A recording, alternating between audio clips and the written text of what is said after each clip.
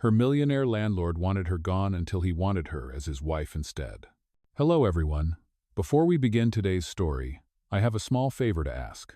Please hit subscribe and turn on the notification bell so you never miss our channel's new videos. It is quick, free, and the best way to support us in bringing you more dramatic stories. Your support truly means the world to us. Where are you watching from? Drop your city or country in the comments below. Thank you very much. Now, let us go back to our main character. It was a humid summer evening in Los Angeles, the kind where the heat lingers even after the sun has set. Emma sat cross-legged on the floor of her small one-bedroom apartment, surrounded by bills spread out like a storm that had hit only her table. She glanced at the clock, almost midnight, and sighed. Rent was due 3 days ago. She had been avoiding the inevitable knock on the door, but she knew it was coming. And it came. 3 sharp knocks echoed through the hallway. Emma froze. She whispered to herself, "Please let it be anyone but him." But when she opened the door, standing there was Nathaniel Cole, her landlord. Not just any landlord. He was a 33-year-old millionaire real estate mogul who owned half the block. Sharp suit, cold stare. Watch that cost more than Emma's entire student loan debt. Nathaniel looked at her with the calm precision of a man used to power.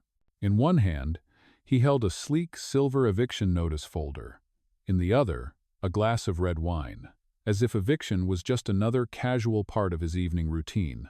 That detail was strange enough to make viewers pause. Who walks into a tenant's apartment with a glass of wine in hand, ready to kick someone out? Emma's heart pounded. "Mr. Cole, I just need a little more time." His voice cut through the air, steady and merciless. "You have already had more time than most people ever get. This is not a charity, Miss Bennett. This is business. You are 3 days late, which makes you in violation of our lease. You have 7 days. After that, you are out." The way he said it, 7 days, felt less like a landlord giving a tenant a warning and more like a judge handing down a sentence. Emma clenched her fists. She had worked double shifts at the diner, skipped meals to save cash, even sold her grandmother's old jewelry online. Yet here she was, on the verge of losing the only roof over her head. What happened next was unusual, the kind of moment that sparks endless debate in the comment section. Instead of leaving, Nathaniel walked straight past her into the apartment. He did not ask for permission. He scanned the tiny space with an expression caught between disgust and fascination, like a man walking through a museum of someone else's failures. "Mr. Cole," Emma stammered, "you cannot just walk in here." "Oh, what?" he smirked, sipping his wine. "Legally, I can. I own the property. And right now, Miss Bennett, you are trespassing in my building. Do you see the irony in that?" The arrogance was infuriating, but there was something magnetic in the way he said it. It was not just power, it was challenge. He was testing her. Emma, desperate, blurted out something reckless. "What if I could pay you in another way?" The words hung in the air, reckless and raw. Nathaniel tilted his head, his expression unreadable, then let out the faintest laugh. "Another way? What exactly are you proposing, Miss Bennett?" His voice was both mocking and curious. Emma's cheeks burned. "I mean, extra work. Cleaning. Running errands. I could help you with—" But before she could finish, he interrupted, his tone sharp. "You think a few hours of scrubbing floors could cover 3 months' rent? I do not need a maid. I have staff for that." "Oh," Emma bit her lip, her desperation clashing with humiliation. She wanted to throw him out, but she also wanted to beg him to let her stay. Nathaniel studied her in silence for a long moment. Then, in a move that no one could have predicted, he set down his wineglass on her wobbly coffee table. The glass made a soft clink against the pile of unpaid bills. He leaned in slightly, his eyes narrowing, as though he had just discovered something intriguing about her. "You know," he said slowly, "there might be one thing you can offer that I actually need." Emma blinked. "What?" His lips curved into a smile, not kind, not cruel, but something in between. "But that is a conversation for another night. For now, you have 7 days. Do not waste them." With that, he picked up his glass, turned, and walked out of the apartment, leaving Emma in stunned silence. Her heart still raced. Her mind spun with confusion and anger. What did he mean by "one thing I actually need"? She stared at the eviction notice he had left behind. 7 days. just 7 days before her entire world collapsed or transformed into something she could not yet imagine. And this was only the beginning. Emma did not sleep that night. She kept staring at the eviction notice, her mind circling around the same words. 7 days. The sound of Nathaniel Cole's voice still echoed in her ears. The man was impossible to read. One moment he was threatening to throw her into the street. The next moment he hinted at something else, something she could not yet understand. The following morning, Emma dragged herself to the diner where she worked. She poured coffee, wiped tables, and smiled at customers even though inside she was breaking apart. Every coin she earned felt too small, too late. Rent money would not magically appear in 1 week. Her co-workers gossiped about celebrity divorces and million-dollar weddings, but Emma kept thinking about her own landlord, a millionaire who seemed to enjoy playing games with her future. That evening, when she returned home, she found something that made her stomach twist. Parked in front of her shabby apartment building was a sleek, black Bentley. Nathaniel Cole leaned casually against the hood, dressed not in a business suit this time, but in a perfectly tailored casual jacket, as if even his leisure clothes had been custom-made in Italy. He was waiting for her. Emma hesitated on the sidewalk. "Why are you here? Did you come to make sure I am packing already?" Nathaniel's lips curved into that same unreadable smile. "Not exactly. Get in the car." Emma laughed bitterly. "I am not getting into a stranger's car, especially not with a landlord who treats eviction like a hobby." Nathaniel opened the passenger side door. "Miss Bennett, if I wanted you gone, you would already be gone, but I have a proposal. You should hear it before you say no." Against her better judgment, curiosity tugged at Emma. She slid into the car, the leather seats swallowing her in luxury. Inside, the silence was thick until Nathaniel finally spoke. "My family is hosting a charity gala this weekend," he said. "Investors, board members, the entire high society will be there. And unfortunately, they all expect me to show up with a wife." Emma blinked. "A wife? You are not married?" "Exactly, and that is the problem." His voice was cool, but edged with irritation. "The board wants stability. They want the image of a respectable man, not a bachelor who spends his nights building empires and avoiding relationships. To keep my position, I need someone to play the role." Emma crossed her arms. "And you expect me to do that? You want me to be your fake wife?" Nathaniel's gaze locked onto hers. "Yes, marry me. On paper, for 6 months. In return, your debt disappears. No more rent, no more eviction notices. You will live in comfort, with everything taken care of." Emma's jaw dropped. "That is insane. Who proposes marriage as if it is a business deal?" Nathaniel's expression did not change. "I do, and this is not about romance. This is about necessity. I need someone who does not care about my money. Someone who has nothing to gain but survival. That makes you perfect." The word stung, as if he had just reduced her life to a bargaining chip. Emma wanted to scream, but she also could not ignore the truth. Without his offer, she would be homeless in less than a week. She whispered, "And if I refuse?" Nathaniel leaned back in his seat. "Then you pack your bags, and I will have the locks changed in 7 days. That is your choice." Emma stared at the city lights flickering through the car window. The world outside kept moving, oblivious to the impossible choice placed in her lap. Pride told her to walk away. Fear told her to consider. Finally she said, "If I agree, what are the rules?" Nathaniel's tone became sharp, businesslike. "Rule number 1, no falling in love. Rule number 2, appearances must be perfect. In public, you are Mrs. Cole. Behind closed doors, we are strangers. Rule number 3, after 6 months, we end the arrangement, clean and simple." Emma gave a bitter laugh. "You actually thought this through. Do you keep a contract template in your briefcase?" Nathaniel pulled out a folder. "Of course." The absurdity of it made Emma shake her head. It was insane, reckless, and humiliating. Yet as she looked at the eviction notice tucked inside her purse, reality pressed down harder. Nathaniel extended a pen toward her. "Sign it. 6 months. No more rent. No more worry." Emma's hand trembled as she took the pen. Her heart screamed at her not to do it, but her empty wallet reminded her of the truth. With a shaky breath, she scribbled her name. Nathaniel closed the folder and said simply, "Welcome to the arrangement, Mrs. Cole." Her stomach knotted as the words echoed. She had just married her millionaire landlord on paper. And little did she know, this fake marriage was about to change everything. Emma had signed the contract, but the reality of her decision did not fully hit until the following day, when a moving truck pulled up in front of her rundown apartment building. Two men in uniforms began carrying her few belongings into the back, treating her old furniture as if it were fragile artifacts. She stood on the sidewalk, clutching her worn-out suitcase, still wondering if she had just made the worst mistake of her life. Nathaniel arrived shortly after, stepping out of a sleek car that made every passerby stare. He handed her a set of keys. "From today forward, you live in my house. Remember the rules." His house was not just a house. It was a mansion, a towering estate of glass and stone, perched on the hills overlooking the city. When Emma walked through the front doors, her breath caught.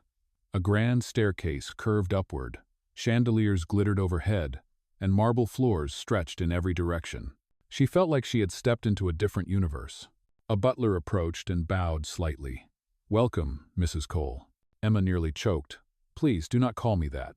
Nathaniel gave her a sideways glance. "Get used to it. Appearances matter." That night, Emma explored the guest wing, where she was expected to stay. But when she opened the door to her assigned room, she froze. There was only one bed, a massive, king-sized bed with silk sheets. Emma stormed down the hall. "Mr. Cole, you said this was just business. Why is there only one bed in my room?" Nathaniel raised an eyebrow, amused. "Because this is not your room. That is our room." Her eyes widened. "Absolutely not. I am not sharing a bed with you." He crossed his arms. "Relax. I do not bite. You can draw a line down the middle if it makes you feel safer." And so she did. Emma dragged a decorative pillow across the bed, creating a crooked border between his side and hers. "Step over this line and you lose a kidney," she warned. Nathaniel chuckled softly, the first real laugh she had heard from him. Noted. The first week in the mansion was a battle of differences. In the mornings, Emma made instant coffee in the kitchen, scandalizing the chef who had prepared gourmet blends. She left sticky notes on the fridge reminding Nathaniel to stop hoarding sparkling water. In the evenings, she curled up on the couch watching reality television, while he read financial reports with a glass of whiskey. Servants whispered in the hallways, trying to figure out how the millionaire bachelor had ended up with a clumsy, outspoken wife. Emma could feel their stares, but she refused to shrink. If she was going to play this role, she would do it on her terms.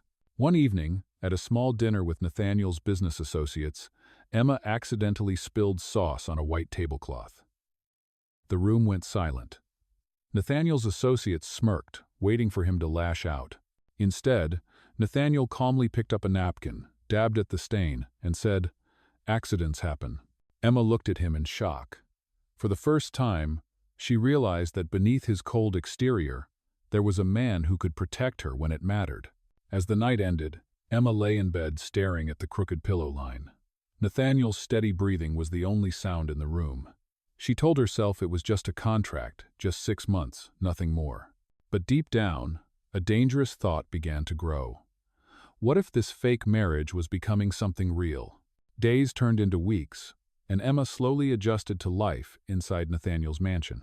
She still felt like an intruder in a world that was not meant for her, but small moments began to chip away at the cold distance between them.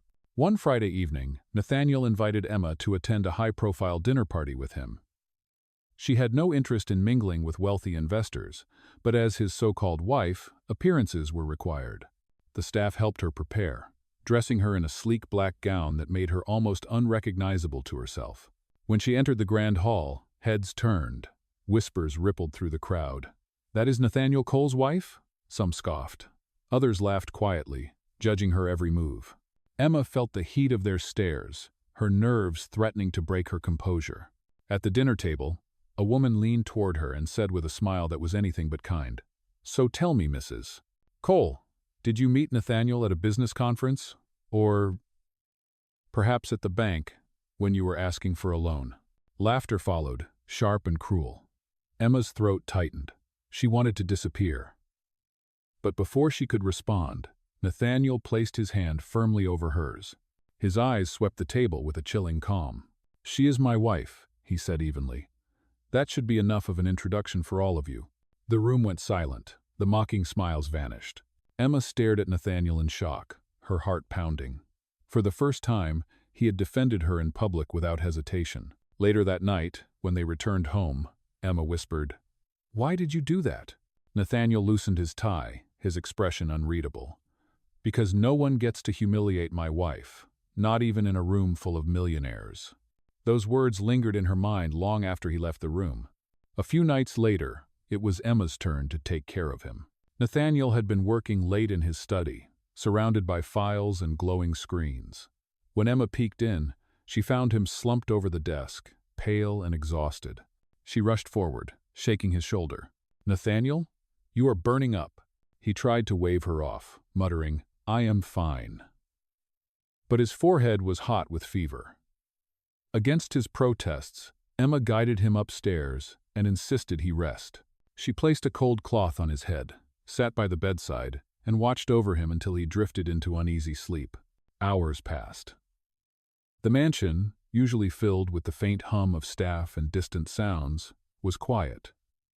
Emma stayed by his side, her eyes softening as she studied his face. For once, he looked vulnerable, stripped of his armor of wealth and arrogance. She whispered to herself, "You are not as untouchable as you pretend to be." Oh. The next morning, Nathaniel woke to find Emma asleep in a chair beside the bed, her head resting on folded arms. The sight made something stir deep inside him, something he could not name. From then on, subtle changes appeared. He no longer corrected her when she brewed instant coffee instead of using the expensive machine. She no longer reminded him about the crooked pillow line dividing their bed. Slowly, the invisible wall between them began to crack. One afternoon, as they walked through the garden, Emma spotted a rose bush and reached out to touch a bloom. The thorn pricked her finger, drawing a bead of blood. She winced. But Nathaniel immediately caught her hand, pressing his thumb against the small wound. "Be careful," he said softly. "This house may look beautiful, but even here, there are thorns." Emma laughed nervously. That sounded like a line from a drama. He smirked, releasing her hand. Maybe it was. Oh, the moment was brief, almost ordinary, yet it lingered. For Emma, it was the first time she had seen warmth beneath his cold exterior. For Nathaniel, it was the first time he allowed himself to show it. That night, Emma lay awake, staring at the ceiling. She reminded herself of the rules. No love, no feelings, only appearances. But her heart betrayed her, replaying every small act of kindness, every unexpected glance. And deep down, she knew something dangerous was happening. The contract had started as a shield, a way to survive. But now, with each passing day, the line between fake and real was beginning to blur. The fragile peace between Emma and Nathaniel did not last long. The closer they appeared in public, the more the outside world wanted to tear them apart. It began with whispers in society pages. A tabloid ran a headline, "Nathaniel Cole's mysterious wife, gold digger or Cinderella." Soon, reporters camped outside the mansion gates, cameras flashing whenever Emma stepped out. Online forums tore her apart, dissecting her past, mocking her clothes, questioning how a waitress could suddenly become the wife of a millionaire. Emma tried to ignore it, but the pressure built. At one gala, the whispers turned into a direct attack. A board member's wife sneered across the table. "Some people marry for love. Others marry for money. Which one are you, Mrs. Cole?" The words cut like glass. The entire room turned to watch her reaction. Emma opened her mouth, but before she could speak, Nathaniel's silence filled the room louder than any defense. He said nothing. He sipped his drink and looked away, leaving her alone to drown in humiliation. Emma forced a smile through trembling lips, but inside her chest burned. When the dinner ended, she walked out without waiting for him. Back at the mansion, she stood in their bedroom, staring at the crooked pillow line on the bed. The rule that had once felt ridiculous now felt like a lifeline. Nathaniel entered moments later. "Emma," she turned sharply. "Do not. You could have said one word, just one, but you let them humiliate me." His jaw tightened. It was not the right moment. Her voice cracked with fury. Not the right moment? You are Nathaniel Cole. You make moments. But when I needed you, you stayed silent. Maybe this whole arrangement was a mistake. For the first time, Nathaniel's cold composure faltered. But before he could respond, Emma grabbed her suitcase from the corner, the same one she had carried from her apartment weeks ago. She began packing clothes with shaking hands. Nathaniel stepped forward. Emma, stop. She zipped the suitcase shut. You wanted me gone? Fine. Maybe this time, I will make it easy for you. Oh, she pushed past him, her footsteps echoing through the marble hallways. Nathaniel stood frozen, torn between pride and panic. His rules had been simple: no love, no feelings. But watching her walk away made him realize that somewhere along the way, the contract had already been broken. Emma stepped out into the night air, her suitcase rattling behind her. The mansion lights glowed above her like a world she could never belong to. She had entered this agreement for survival, but now survival was not enough. She needed dignity, respect, and maybe even love. As she walked toward the gates, flashes from hidden cameras lit up the darkness. The world would see her leaving. To them, she would be another failed headline, another gold digger exposed. But Emma did not care. Behind her, inside the mansion, Nathaniel poured himself a glass of whiskey and stared at the untouched side of their bed. The crooked pillow line remained, mocking him with its empty silence. For the first time, Nathaniel Cole, the untouchable millionaire landlord, felt powerless. And this was only the beginning of the storm that would shatter everything they thought they knew. Emma's absence was like a shadow Nathaniel could not escape. The mansion felt colder, emptier, even though every chandelier still burned bright and every hallway gleamed with luxury. He buried himself in work, but even that world began to collapse. 2 weeks after Emma walked out, headlines exploded across financial news networks. Cole Enterprises under investigation for fraud allegations. Stocks plummeted overnight. Investors panicked. Board members whispered about removing Nathaniel as CEO. In one meeting, an associate leaned across the polished table and said bluntly, "The market does not trust you anymore. The public does not trust you. Without stability, you are finished." Nathaniel gritted his teeth. But for once he had no immediate strategy, no perfect answer.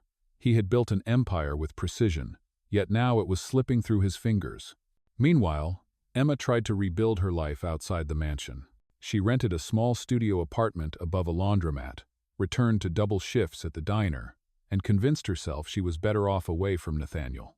But late at night, when exhaustion left her defenses thin, she replayed the memory of him placing his hand over hers at that dinner table, defending her as his wife. The memory hurt more than the humiliation. One afternoon, while balancing trays of coffee at the diner, Emma overheard customers discussing Nathaniel's downfall. "He is finished," one man said. "The board is going to tear him apart." Her chest tightened. She told herself it was none of her business anymore, but her hands shook so badly she nearly spilled a pot of coffee. The next evening, news cameras broadcast live from outside Cole Enterprises headquarters. Nathaniel stood on the steps, reporters shouting accusations, microphones thrust toward him. He looked pale, worn, stripped of the arrogance that once defined him. Emma watched from the diner television. Something inside her snapped. For weeks, she had hated him for abandoning her, for staying silent when she needed him. But now she saw him alone, drowning in the same silence he had given her. That night, she packed her small suitcase again, not to run away this time, but to face him. When she arrived at the mansion, the gates were closed, paparazzi swarming outside. She pushed through the crowd, ignoring the flashes. Inside, she found Nathaniel in his study, a half-empty glass of whiskey on the desk, papers scattered like fallen leaves. He looked up, shock flashing across his face. "Emma, what are you doing here?" Her voice was steady, even as her heart raced. "I did not come back for the contract. I came back because you need someone who will stand with you.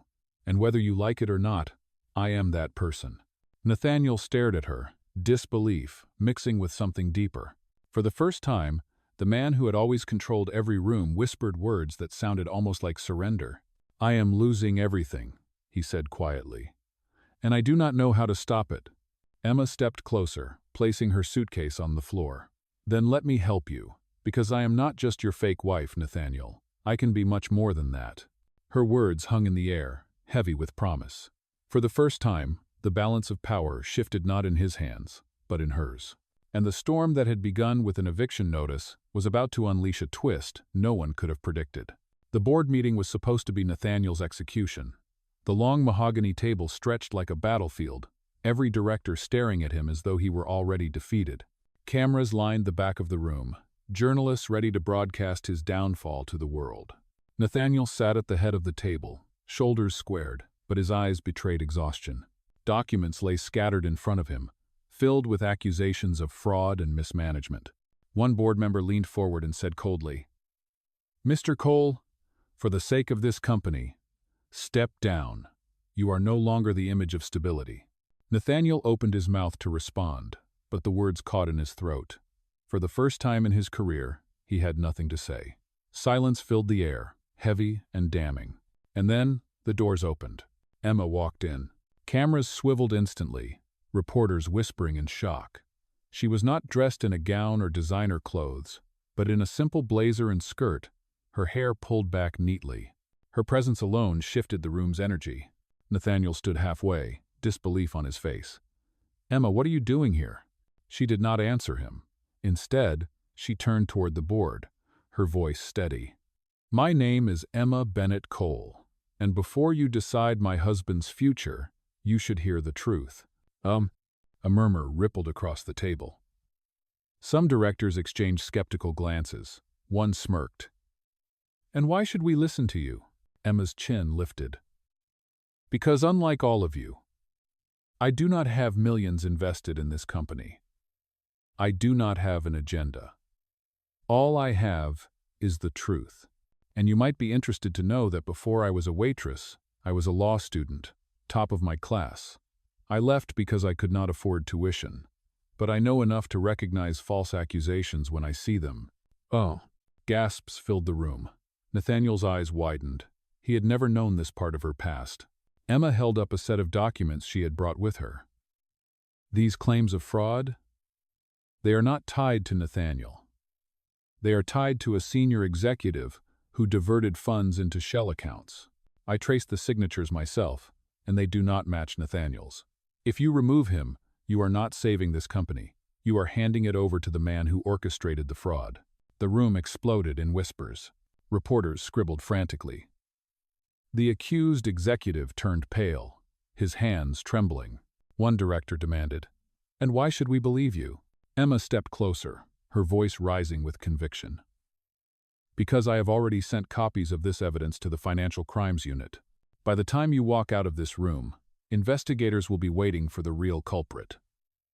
Nathaniel Cole may be arrogant, he may be ruthless, but he is not a criminal. He built this empire with his own hands, and I will not let you destroy him with lies." For a moment, the room was silent, stunned. Then Nathaniel rose to his feet. He reached for her hand, pulling her gently to stand beside him. His voice carried across the hall, firm and unshaken. "She is not just my contract wife. She is my partner, the only woman who stood by me when everyone else wanted me gone." Gasps filled the room again. Cameras flashed as Nathaniel took off the fake wedding band they had used for appearances. He held up a small velvet box and, in front of everyone, slid a real diamond ring onto Emma's finger. "This is no contract anymore," he declared. "This is my wife, and I will never let her go." The reporters erupted, shouting questions. The board sat stunned, unable to deny the evidence Emma had laid before them. The accused executive was escorted out in shame, and Emma, who had entered the room as a supposed gold digger, left it as the woman who saved both Nathaniel and his empire. The fallout from the board meeting was immediate. News spread like wildfire that Nathaniel Cole had been cleared of fraud, thanks to the evidence brought forward by his wife. Reporters who once mocked Emma now rushed to paint her as the unexpected heroine who had saved an empire. Outside the building, flashing cameras caught the moment Nathaniel placed the real ring on Emma's finger. The photograph was everywhere the next morning on the front page of newspapers, splashed across financial magazines, and trending on every social media platform. From contract to real, the wife who saved Cole Enterprises. Inside the mansion, the staff who once whispered behind Emma's back now greeted her with respect. The butler bowed more deeply, the housekeeper smiled warmly, and even the chef quietly asked if she preferred her morning coffee instant or brewed. For the first time, Emma felt she belonged, but not everyone celebrated. The board member who had mocked her at the gala now avoided her gaze, humiliated by the public reversal. The socialites who once laughed at her now scrambled to invite her to luncheons, desperate to attach themselves to her new reputation. Emma accepted none of their invitations. She remembered their cruel words too well. The man truly responsible for the fraud was led away in handcuffs, his empire of lies collapsing overnight. His downfall served as a warning to everyone who had doubted Nathaniel and Emma. Justice had been delivered in front of the world. One evening, as Nathaniel and Emma returned from another press conference, he paused in the grand hallway of the mansion. The place that once echoed with distance now felt alive with something different. He looked at her and said quietly, "Do you realize what you have done? You did not just save me, Emma. You saved everything I built." She shook her head. "No, Nathaniel, you built it. I only reminded them of the truth." For the first time, his composure broke into a genuine smile. "You are not just part of my life. You are my life." "Oh?" Those words, spoken by the man who once treated her as nothing more than a tenant to evict, carried the weight of every battle they had survived together. But the story was not only about his redemption, it was about hers. Emma, once dismissed as a gold digger and a fake wife, now stood tall as a woman whose courage had forced the world to see her differently. When Nathaniel's family, who had doubted her from the beginning, arrived at the mansion days later, the shift was undeniable. His father, stern and proud, extended his hand to her. "We misjudged you, Emma. Welcome to this family." Emma accepted the handshake, not for validation, but because she knew she had earned her place. That night, as she stood on the balcony overlooking the city lights, Nathaniel wrapped his arms around her waist. For the first time, there was no contract between them, no invisible line dividing their lives. Only the undeniable truth that what began as a lie had become the most real thing either of them had ever known. And while the world continued to gossip, Emma no longer cared. She had survived humiliation, fought against lies, and stood her ground. Now, she was not just Mrs. Cole on paper. She was Emma Cole, in every sense that mattered. Weeks passed, and the chaos that once surrounded Nathaniel and Emma slowly quieted. The scandal had faded, the company had stabilized, and the cameras that once swarmed their mansion gates had finally disappeared. What remained was not just survival, but the beginning of something new. One Saturday morning, Emma stood in the kitchen wearing an oversized sweater, making pancakes. She hummed softly, flipping them with surprising skill. Nathaniel walked in, still half asleep, his hair uncharacteristically messy. He leaned against the counter, watching her with quiet amusement. "You know," he said, "I own restaurants all over this city, and yet none of them make pancakes that smell as good as yours." Emma laughed, shaking her head. "That is because you have never tried pancakes made with stubbornness and pure survival instinct." He smiled, a warm and genuine smile that still felt rare enough to make her heart skip. For a moment, the mansion did not feel cold or intimidating. It felt like a home. Later that day, Nathaniel surprised her. He took her hand and led her not to a gala, not to a boardroom, but to a small house on the edge of the city. The place was modest, nothing like the mansion, with a little garden in front and a white picket fence. Emma blinked in confusion. "What is this?" Nathaniel handed her a key. "Our new beginning. I bought this place for us. No staff, no marble floors, no pressure, just us. I want a home where you never feel like a guest." Tears welled in Emma's eyes. She had once carried her suitcase from a crumbling apartment, convinced she would never belong anywhere. Now, she held the key to a home built not on contracts or appearances, but on choice. That evening, they moved in with only the essentials. The rest could come later. Emma placed her old suitcase in the attic, shutting it away like the final chapter of a life she had outgrown. In their new home, the bed had no pillow line dividing it. Instead, Emma curled against Nathaniel's chest as he whispered, "No more contracts, Emma. No more pretending. From now on, it is just us." She smiled through her tears. "That is all I ever wanted." The camera of life zoomed out, leaving them in the soft glow of their new beginning. Two people who had started as strangers bound by a contract, only to discover that love could never be negotiated, it could only be chosen. Their story had begun with eviction and humiliation, with rules and walls meant to keep them apart. But in the end, every wall had crumbled. Every rule had been broken. And what remained was not a fake marriage, but the most real love either of them had ever known. And so, the girl who once faced eviction became the woman who found a home. Not in marble mansions or grand estates, but in the arms of the man who had once wanted her gone.